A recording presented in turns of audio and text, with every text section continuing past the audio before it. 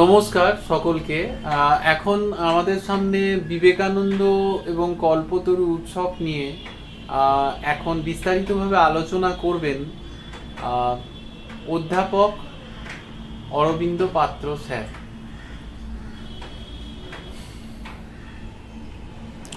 নমস্কার। বেহালা সুরদাস ডেভেলপমেন্ট সোসাইটির তরফ থেকে সবাইকে ধন্যবাদ জানাই। আপনারা আমাদের এই চ্যানেলটি দেখুন। আমাদের বক্তব্য কেমন, প্রতিবন্ধীদের বক্তব্য কেমন, রাষ্ট্র, ধর্ম, সমাজ, সংস্কৃতির বিষয়ে। যাই হোক, আমাকে অচিন্ত যে বিষয়টা বলতে বলল, বিবেকানন্দ ও কল্পতরু উৎসব, দুটো এত বড় বিষয়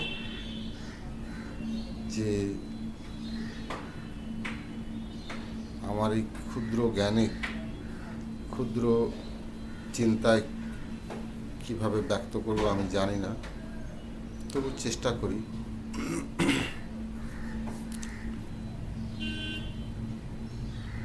কল্পতরু উৎসব 1 জানুয়ারি হয়, এটা আমরা সবাই জানি। ঠাকুর রামকৃষ্ণের জীবনের অন্তিম বৎসরের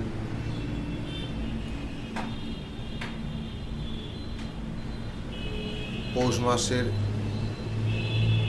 এমন একটা দিনে, জানুয়ারি মাসের 1 তারিখে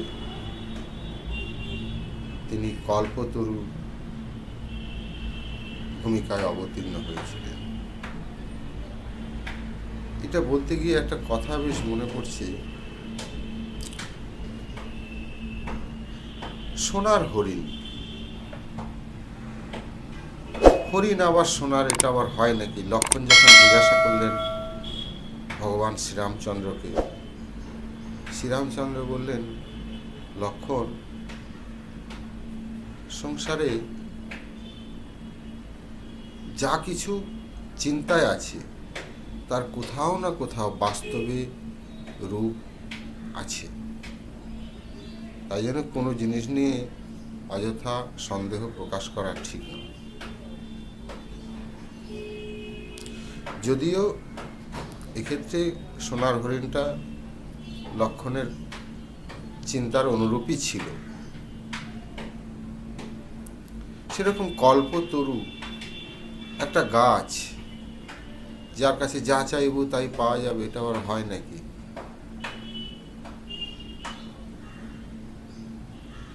হয়, আমরা হয়তো জানি না, অনেকেই জানে না,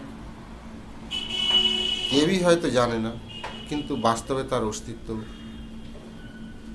শ্রীরামচন্দ্রের কথা অনুযায়ী নিশ্চয়ই আছে। যাই হোক, ঠাকুর রামকৃষ্ণ একদিন কল্পতরুর মতো নিজেকে উৎসর্গ করেছিলেন। সেদিন তার কাছে যে যা চেয়েছিল তাই তার কাছ থেকে পেয়েছিল। কেউ কামিনী কাঞ্চন চেয়েছিল, কেউ মুক্তি চেয়েছিল, কেউ ভক্তি চেয়েছিল, কেউ প্রেম চেয়েছিল, কেউ ভালোবাসা চেয়েছিল, কেউ শ্রদ্ধা চেয়েছিল। ঠাকুর সবাইকে উজাড় করে দিয়েছিলেন। অর্থাৎ কল্পতরুর কাছে যা চাওয়া হয় তাই পাওয়া যায়, তিনি তাই করেছিলেন। এটা আমরা হয়তো বাস্তবে বলতে পারি এটা কি সম্ভব, কিন্তু সম্ভব নিশ্চয়ই হয়েছিল। আজকের দিনে দাঁড়িয়ে আমরা একটু শিক্ষিত মানুষ যারা, তারা এই সমস্ত জিনিসগুলোকে অবিশ্বাস করি। এটা অবিশ্বাসের ব্যাপার নয়, এই সংসারেই সব আছে। কল্পনাতে নেমে গেলেন একটু। কল্পনাতে আমরা যাই করব সেটাই বাস্তবে তার অস্তিত্ব আছে। কোনো কালে ছিল, হয়তো এখন নেই, কিন্তু এক সময় ছিল।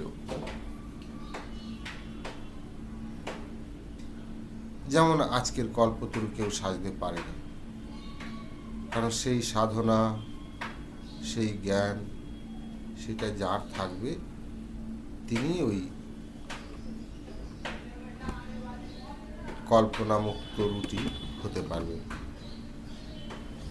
ঠাকুর রামকৃষ্ণের তাই ছিল, তিনি তাই হতে পেরেছিলেন। অসুস্থ অবস্থায় ঠাকুর রামকৃষ্ণ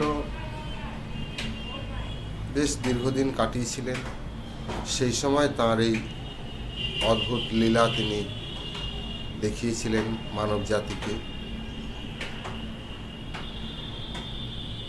বিবেকানন্দ এর সঙ্গে যুক্ত কেন? ঠাকুর রামকৃষ্ণ আর বিবেকানন্দ দুটো আলাদা সত্তা নয়, আসলে একই সত্তার দুটো রূপ। বিবেকানন্দ ছাড়া ঠাকুরকে চেনা যাবে না, আবার ঠাকুর ছাড়া বিবেকানন্দকেও চেনা যাবে না।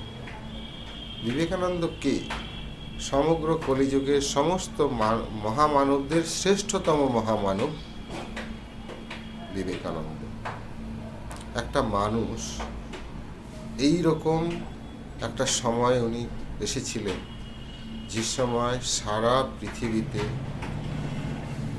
সাম্রাজ্যবাদের যে হুঙ্কার চলছে, বিশেষ করে ইউরোপীয় সাম্রাজ্যবাদের যে হুঙ্কার চলছে, সেই হুঙ্কার এর সামনে দাঁড়িয়ে তিনি যেভাবে মানবতার জয়গান গাইলেন, বিশ্ব ধর্মসভায় গিয়ে মানবতাই শ্রেষ্ঠ ধর্ম, সেটাই যে তিনি আবার প্রমাণ করে দিলেন।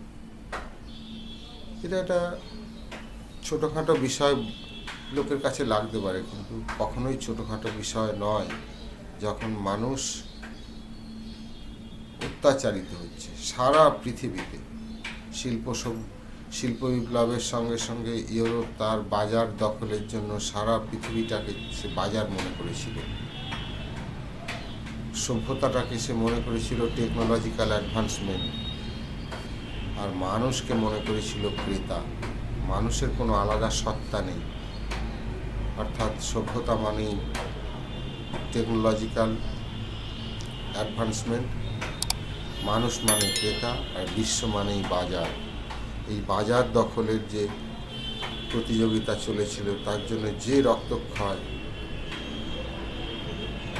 যে অনাচার অত্যাচার শুরু হয়েছিল দুর্বল জাতিগুলোর উপর, সেই সময় দাঁড়িয়ে বিবেকানন্দ এই কোন পল্লী গ্রামের এক সাধুর শিষ্যত্ব নিয়ে সারা পৃথিবীতে যে পুনর্বার হিন্দুত্বের বীজ বপন করলেন, হিন্দুত্বকে আবার জাগরণ ঘটালেন, যা ভারতবর্ষে একটা জায়গায় সুপ্ত অবস্থায় ছিল, যা অন্য জায়গাতে আবার পূর্ণভাবে হিন্দু ধর্ম সম্পর্কে যে লোকে চিন্তাভাবনা শুরু করলো, সবই এই বিবেকানন্দের হাত ধরেই হয়েছিল। তাই এই কল্পতরু উৎসবে যেমন বিবেকানন্দও ছিলেন, জ্ঞান বিবেক ভক্তি সৎ স্বভাব এইসব চেয়েছিলেন ঠাকুরের কাছ থেকে, সেই নিয়েই তিনি সারা পৃথিবীতে যে হিন্দু সমাজের বা হিন্দু সংস্কৃতিকে আবার পুনর্বার প্রতিষ্ঠা করলেন, যেখানে খ্রিস্টান এবং মুসলমান প্রতিযোগিতা কি না, কার সম্পদ কতটা কে বেশি পরিমাণে লুণ্ঠন করতে পারে। মুসলমানরা পরের সম্পদ লুণ্ঠন করা তার ধর্মের সূচনা পর্ব থেকেই শুরু করেছিল। সেই পথ ধরে খ্রিস্টানরাও পরবর্তীকালে তারাও ওই একই পরের সম্পদ লুণ্ঠন করার জন্য ছুটেছিল সারা পৃথিবীতে। এই দুটোর দুটো ধর্মের সিমেটিক যে দুটো রিলিজিয়ান, অর্থাৎ এরা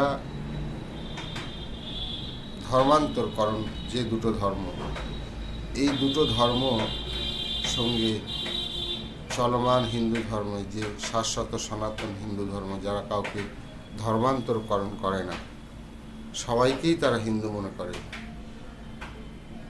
পৃথিবীর সংস্কৃতিটাই হচ্ছে হিন্দু সংস্কৃতি, তারই যারা উত্তরাধিকারী তারাই হিন্দু, এর বাইরে যারা যায় তারা অহিন্দু। অর্থাৎ এর বাইরে যাওয়ার অর্থ হলো এই সব সময় আনডু অ্যাডভান্টেজ নেওয়া। এই আনডু অ্যাডভান্টেজ নিতে গেলেই তখন মারামারি কাটাকাটি শুরু করতেই হবে, যেটা খ্রিস্টান মুসলমানরা যুগ যুগ ধরে সারা পৃথিবীতে করেছে। তার বিরুদ্ধে প্রথম বিবেকানন্দ, একজন সন্ন্যাসী সুরসৈনিক, সমগ্র মানব জাতিকে দেখালেন যে না, এটাই আমাদের ভবিষ্যৎ নয়, লুট করা আমাদের ভবিষ্যৎ নয়, আনডু অ্যাডভান্টেজ নেওয়া আমাদের ভবিষ্যৎ নয়। আমাদের ভবিষ্যৎ হচ্ছে পূর্ণ মনুষ্যত্ব অর্জন করা। এই মানুষটাই আবার একটা কথা বলছেন যে মানুষকে কত ভালোবাসলে, বিবেকানন্দ বলছেন যে আমি যুগে যুগে বারবার আসবো যতক্ষণ না প্রত্যেকটা মানুষ ভগবত প্রেমে উন্নীত হয়। এত বড় প্রেমের কথা কে বলতে পেরেছে মানব রূপে? তাই তাকে আমি কলিযুগের যত মহামানব এসেছেন সর্বশ্রেষ্ঠতম মহামানব রূপে তাকে আমি সম্মান করি, শ্রদ্ধা জানাই। আগামী 12ই জানুয়ারি তার জন্মদিন। তার জন্মদিনে আগে থেকেই তাকে আমি শ্রদ্ধা জানাচ্ছি। আরও একটা কথা, আজকে যে ভারতবর্ষ এগিয়ে চলেছে সামনের দিকে, তারই আদর্শ সঙ্গে করেই ভারত এগিয়ে চলেছে।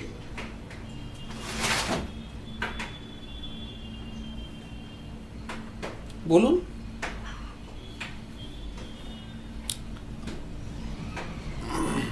তাই আজকে যে আমরা দেখি নারী জাতির অগ্রগতি, আজকে যে আমরা দেখি একটা বিরাট আমাদের সেনাবাহিনী, আজকে যে দেখি আমাদের একটা সংগঠিত একটা রাষ্ট্র, এই সমস্ত কিছু যদি দেখা যায়, একটা মানুষ যিনি কিভাবে প্রত্যক্ষ পরোক্ষভাবে সমগ্র হিন্দু সমাজকে তিনি যেভাবে অনুপ্রাণিত করেছেন, এটা কখনোই কল্পনা করা যায় না। মহাপ্রভু শ্রী চৈতন্যের পর আবার সারা ভারতবর্ষ পদব্রজে ভ্রমণ করেছেন। এই ভ্রমণ করে ভারতের পূর্বপুরুষদের, আমাদের পূর্বপুরুষের কীর্তিকে তিনি বারে বারে অনুসরণ করেছেন, সবাইকে শুনিয়েছেন। আর সমুদ্র হিমাচল যেটা ভুলে যেতে বসেছিল খ্রিস্টান এবং মুসলমানের অত্যাচারে, সেই বিস্মৃত ভুলে যাওয়া সভ্যতাকে আবার তিনি জাগরণ ঘটালেন। এতে তাকে অনেকে কমিউনাল বলে, সাম্প্রদায়িক বলে। নিজের ধর্মকে সংস্কার করবে, নিজের ধর্মের নবজাগরণ ঘটানো কোনোভাবেই সাম্প্রদায়িকতা নয়, এটা আমি বিশ্বাস করি, অনেকেই তা বিশ্বাস করে। তাই স্বামীজির আদর্শে আমরা সবাই অনুপ্রাণিত হয়ে আসুন। তিনি যেভাবে বলেছেন, জ্ঞান, বিবেক, ভক্তিকে সামনে রেখে আমাদের এগিয়ে চলতে হবে, আমাদের দেশ, সমাজ, সভ্যতাকে এগিয়ে নিয়ে যেতে হবে। সারা ভারতবর্ষ শুধু নয়, সারা পৃথিবীকে আবার সুন্দর করে তুলতে হবে, যেখানে হিংসা হানাহানি থাকবে না।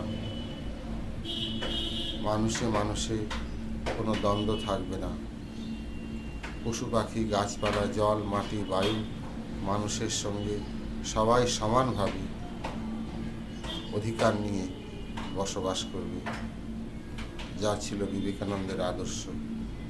এই আদর্শ শুধু ওটা তার নয়, প্রাচীনকাল থেকেই যে আদর্শটা ভারতবাসী মেনে চলে, সেই আদর্শকে তিনি আবার পুনর্বার স্থাপন করতে চেয়েছেন। আমরা সবাই তার উত্তরাধিকারী। আসুন আমরা সবাই মিলে তার স্বপ্নকে আরও সুন্দরভাবে সাকার কীভাবে করা যায় তার দিকে আমরা এগিয়ে যাই। ধন্যবাদ সকলকে। ধন্যবাদ। আমাদের এই অনুষ্ঠানটি এই পর্যায়ে শেষ হলো। আগামী পর্বগুলো আবার দেখতে পাবেন। তো অধ্যাপক অরবিন্দ পাত্র বক্তব্য রাখলেন। নমস্কার।